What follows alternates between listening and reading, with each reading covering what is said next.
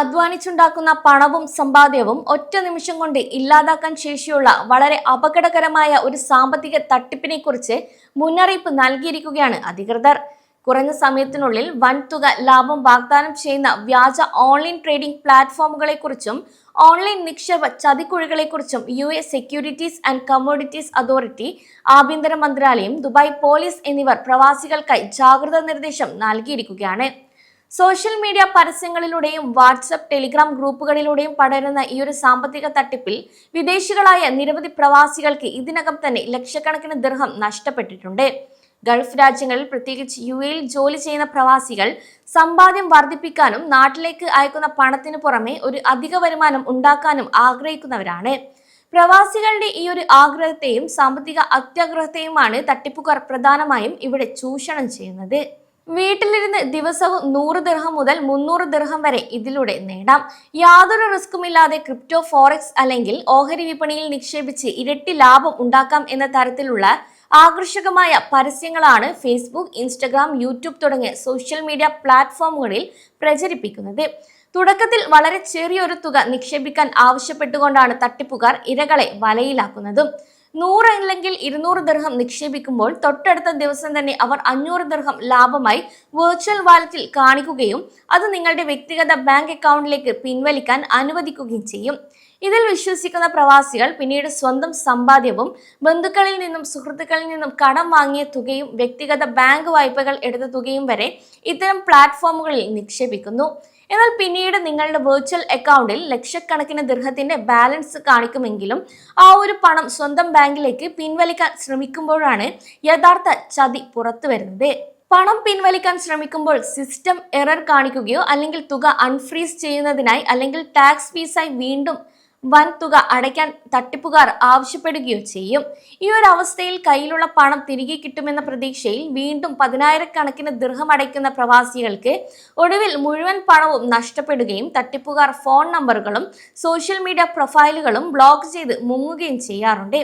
അടുത്തിടെ മാത്രം UAE 42,000 ദിർഹത്തോളം ഇത്തരം ഒരു ട്രേഡിംഗ് ആപ്പിൽ നിക്ഷേപിച്ച് നഷ്ടപ്പെട്ട സംഭവം UAE ആഭ്യന്തര മന്ത്രാലയം ഔദ്യോഗികമായി പുറത്തുവിട്ടിരുന്നു. ഈ ഒരു സാഹചര്യത്തിലാണ് US securities and commodities authority പ്രവാസികൾക്കായി ഈ ഒരു കർശന മുന്നറിയിപ്പും പുറപ്പെടുവിച്ചത്.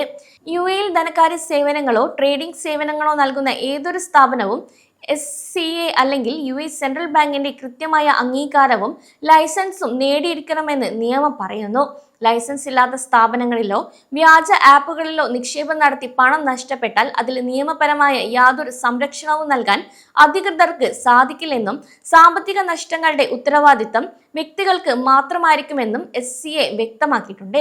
അതുപോലെ തന്നെ ദുബായ് പോലീസിന്റെ ബിവെയർ ഓഫ് ഫ്രോഡ് പദ്ധതിയിലൂടെ പുറത്തുവിട്ട വിവരങ്ങൾ അനുസരിച്ച് ഒഫീഷ്യൽ അല്ലാത്ത യാതൊരു ധനകാര്യ സ്ഥാപനങ്ങളും നിശ്ചിത ശതമാനം സ്ഥിരമായ ലാഭം വാഗ്ദാനം ചെയ്യില്ല.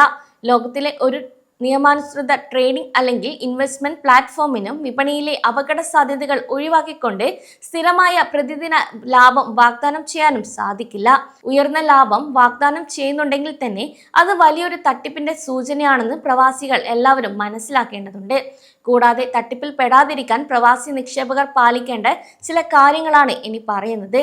ഏതെങ്കിലും ട്രേഡിംഗ് പ്ലാറ്റ്ഫോമിലോ ഇൻവെസ്റ്റ്മെന്റ് കമ്പനിയിലോ പണം നിക്ഷേപിക്കുന്നതിന് മുൻപ് അവരുടെ ലൈസൻസ് പരിശോധിക്കണം.